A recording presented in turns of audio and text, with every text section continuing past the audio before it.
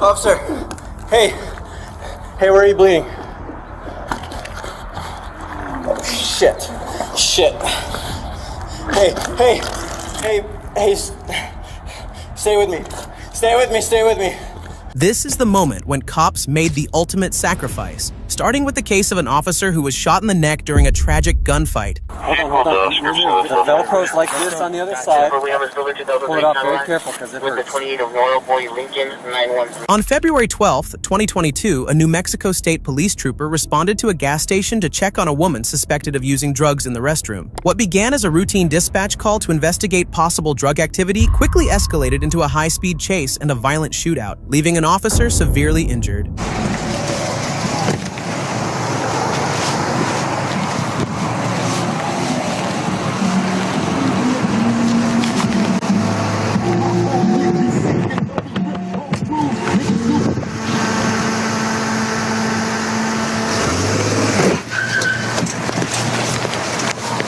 Lights are 1 said Tommy's attempting to flee, ran my car.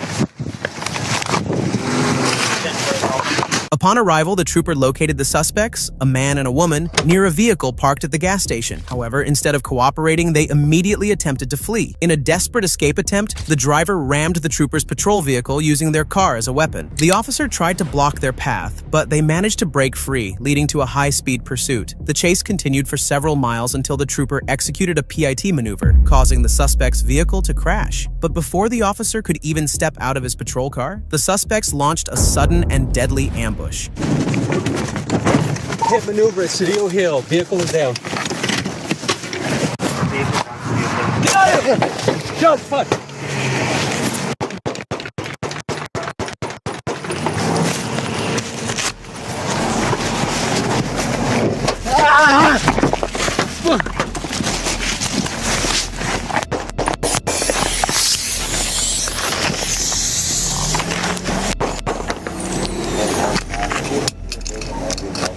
As soon as the suspect's vehicle was immobilized, the driver immediately opened fire on the trooper, with one of the rounds striking him in the neck, a potentially fatal wound. Despite being seriously injured, the trooper managed to return fire, hitting the suspect in the lip with bullet fragments causing additional injuries. However, the wound wasn't severe enough to stop the suspect. Instead of surrendering, both the driver and the female passenger abandoned the vehicle and fled on foot, leaving the wounded officer behind, slowly losing his life. Luckily, additional troopers arrived quickly, preventing the situation from becoming even worse. All right, man, he's hit right in the neck right here, buddy.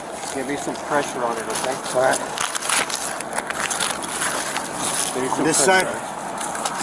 Open this trap up and put it in there. He's hit. He's not bleeding out anymore. They already stopped.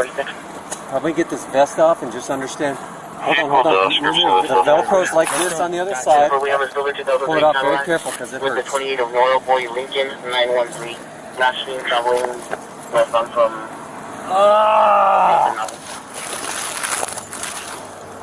Right here in the neck.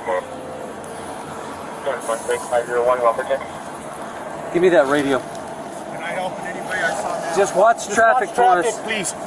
Stop them from coming through. Make them go that way. The officer sustained severe injuries and was rushed to the hospital. While the wound was life-threatening, he was fortunate to survive. After receiving treatment, he was released and expected to make a full recovery. Following the shooting and foot pursuit, a massive manhunt was launched. Several law enforcement agencies conducted an overnight search, leading to the suspect's capture by a SWAT team the next day without further incident. The driver, 24-year-old Caleb Dustin Elledge, and passenger, 22-year-old Alana Martinez, were both out on bond at the time. Elledge, the primary suspect, was sentenced to 9 years in federal prison for illegally possessing a firearm as a convicted felon. Details regarding Alana Martinez's legal outcome have not been made public. While the officer in this case was fortunate to survive, the two deputies in our next case don't have the same fate when they are suddenly get ambushed by a suspect.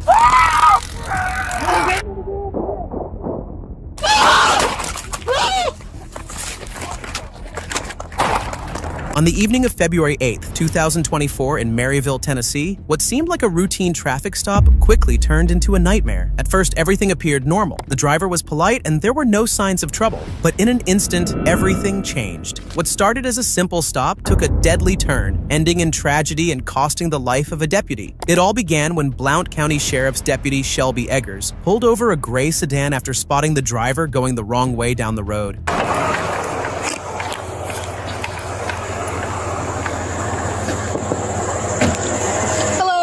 Sorry, I'm all right. Can we pull up into this driveway right here? All right, I'll see you up there. Hold on just a second. I'll talk to you.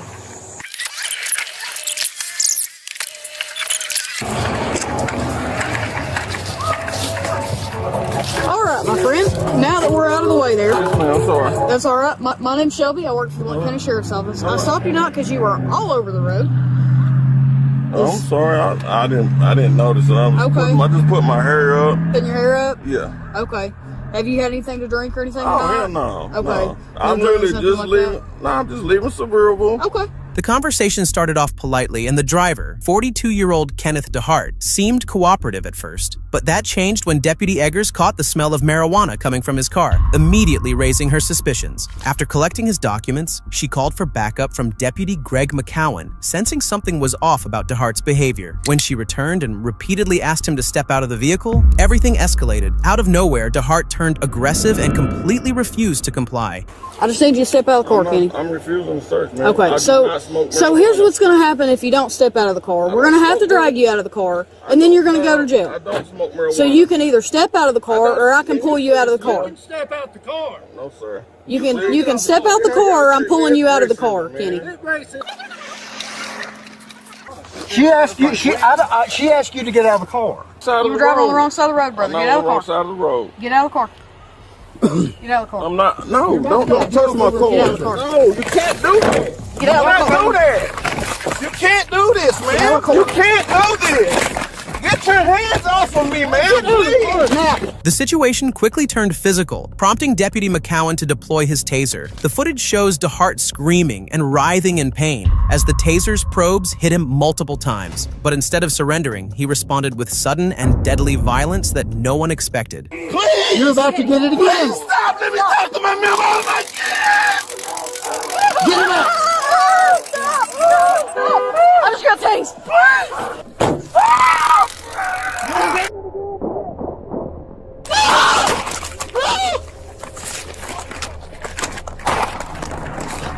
.335 shots fired. I'm hit. 334's hit. Deputy Eggers, despite being injured, quickly took cover behind the police cruiser and returned fire. But DeHart managed to escape, leaving Deputy McCowan unconscious at the scene. Eggers' injury was serious and she needed immediate medical assistance. Help! Help! I've been shot! I've been shot! Help!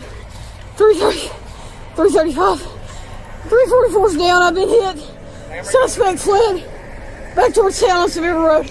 I've been shot. I need your help. Can I do anything? Yes, get out. I need your help. Tell me what you need me to do.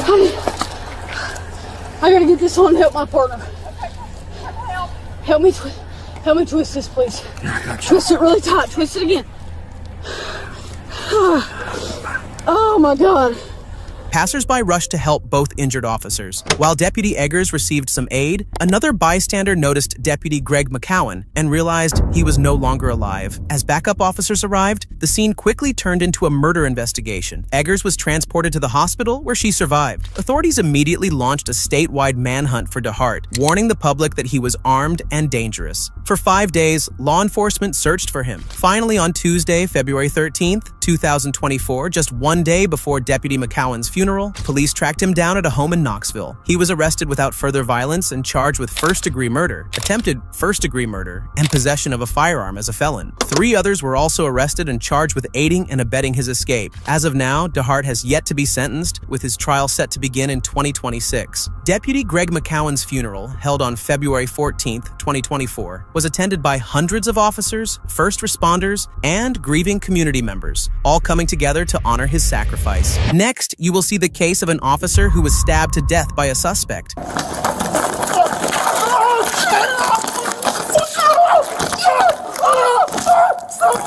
On February 11th, 2024, Las Cruces police officer Jonah Hernandez responded to what seemed like a routine trespassing call at a local business. When he arrived, he found 29-year-old Armando Silva, a homeless man with a history of violent crime and mental illness. At first, it seemed like just another standard trespassing situation, but it didn't take long for Silva's violent tendencies to surface. 989697. How's it going, boss?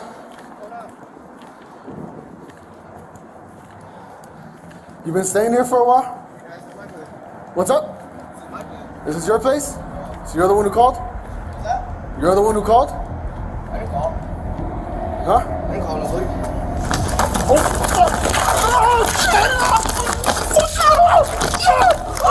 Before Officer Hernandez could fully assess the situation, Silva suddenly launched a vicious attack, stabbing him multiple times. Despite Hernandez's training and attempts to fight back, the assault was relentless and left him critically wounded. A horrified witness, Isaiah Astorga, saw the brutal scene unfold and immediately rushed to help. Realizing the officer's life was in grave danger, Astorga pulled out his firearm and shot Silva, fatally wounding him. Without hesitation, he then turned his focus to Officer Hernandez, desperately trying to keep him alive. Officer, hey, where are you bleeding?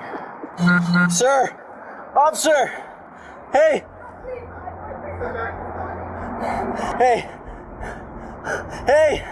yeah, I shot him like 3 or 4 times. He's stabbed in the neck really bad. Where's the radio? Where's the radio? Right here. Okay. No. Say, brother, Chris BD. No, he's bleeding really bad. He was stabbed Come on, in the brother. neck. Brother, please stay with us, man. Hey, The guy. stay with us, man. Put him on the side. Put him on the side. Backup officers and paramedics arrived swiftly at the scene, and Officer Hernandez was rushed to Mountain View Regional Medical Center. Despite the doctor's best efforts, he tragically succumbed to his injuries. Meanwhile, Silva was pronounced dead at the scene from multiple gunshot wounds. When news of Officer Hernandez's death spread, his family and friends were devastated, overcome with grief as they struggled to process the heartbreaking loss. Is there a stab on the neck? Yeah, it's $10. Oh, it goes through? Well, I don't know if it goes through, but there's no one about it. Oh, Jesus. I don't know if His wife and child are in triage, Dr. Buckland.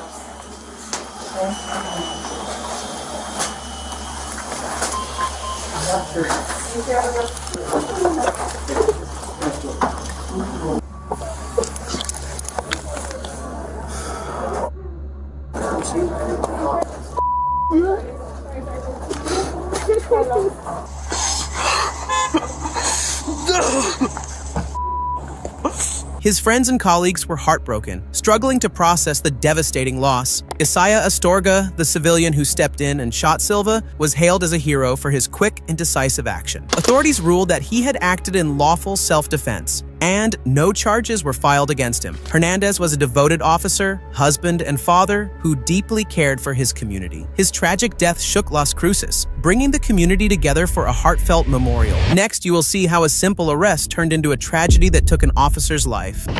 Josh, you good? You good? No, I'm hit. Let's go get Bill! Somebody get Bill! On September 20th, 2021, a team of Houston police officers rolled up to an apartment complex to arrest Dion Ledet. The guy had a long rap sheet and was known for ditching court dates. The cops probably expected some trouble, but they had no clue just how bad things were about to get. Ledet wasn't just refusing to go quietly. He had something brutal planned for them. Houston police, come to the door. Good morning. Hey, we have a warrant for Dion. Ma'am? Where's Dion? Is he awake? Dion, step out here. Is he awake? Ma'am. Ma'am. Yeah, step out here. I got kids. Okay. Dion, step on out here. You got to take care of some warrants. Just come back here. Ma'am. Repeat. I got you. Ready, contact. Ready. No, I do not see him. Dion, you need to step out. It's Houston police. As officers knocked on the door, Ledet's girlfriend answered and an officer instructed her to step outside for safety. The officer gave multiple orders for Ledet to come out, but he was hiding inside with a handgun and an AR-style rifle, ready to do the unthinkable. The officers already knew Dion was a dangerous suspect and backup was in place, covering the house. But the speed of his sudden ambush was devastating. The officers didn't even get a chance to save or protect themselves. Dion, it's Houston police. Let's do this thing. Whoa.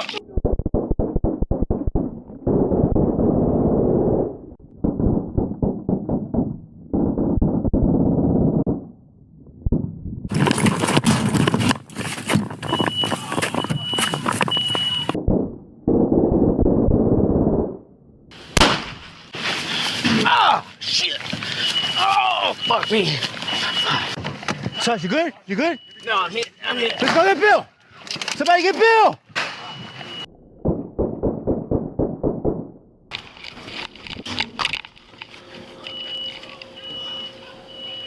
Before the officers could do anything else, Ledette suddenly opened fire from inside the apartment, unleashing a hail of bullets through the doorway. Officer Jeffrey, standing to the right, was hit multiple times and collapsed instantly, while Sergeant Vance, who was behind him, was also struck but managed to crawl away to safety. The other officers quickly returned fire as Ledette tried to escape through the back door, only to be met by a backup officer who fired his weapon. Ledette was fatally shot, bringing the deadly standoff to an end. Officer William Jeffrey was critically wounded and rushed to the hospital, where he was later pronounced dead, while Sergeant Vance, though seriously injured, was transported in stable condition. Next, you will see how an officer was ambushed by a suspect and lost his life in a tragic way.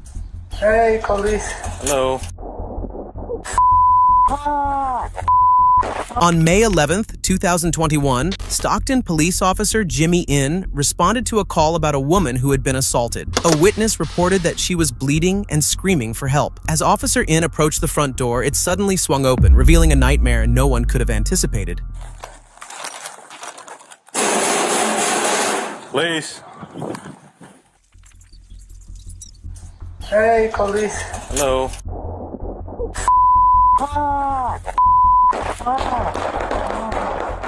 As Officer In knocked on the door, the suspect suddenly swung it open and fired without warning, hitting him before he had any chance to react. Officer In collapsed instantly, defenseless against the ambush. Moments later, Officer Pancho Freer arrived, saw his fallen colleague, and immediately engaged in a gunfight with the suspect. 58 shots fired, shots fired. Partner's down. Jimmy, you all right? 58 shots fired, my partner is down.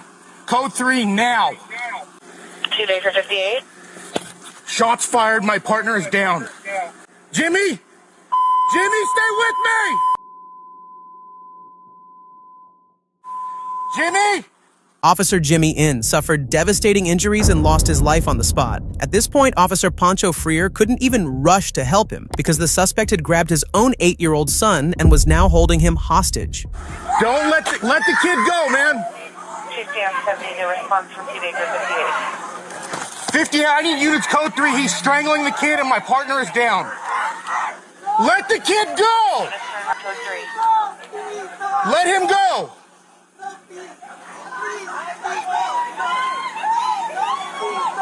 As officers assessed the situation, a brave bystander saw the child struggling to breathe and tackled the suspect. This split-second act gave Officer Freer the chance to fire, striking the suspect and ending the threat. Paramedics rushed to Officer Jimmy In, but it was too late. The 8-year-old survived, but Officer In's tragic death devastated the Stockton Police Department and community. He was just 30 years old, leaving behind his wife, Tella, a fellow officer, their 7-month-old son, and 2 stepchildren. If you found this video informative and want to see more like it, please like this video, subscribe to my channel, and click one of these 2 to watch the next video.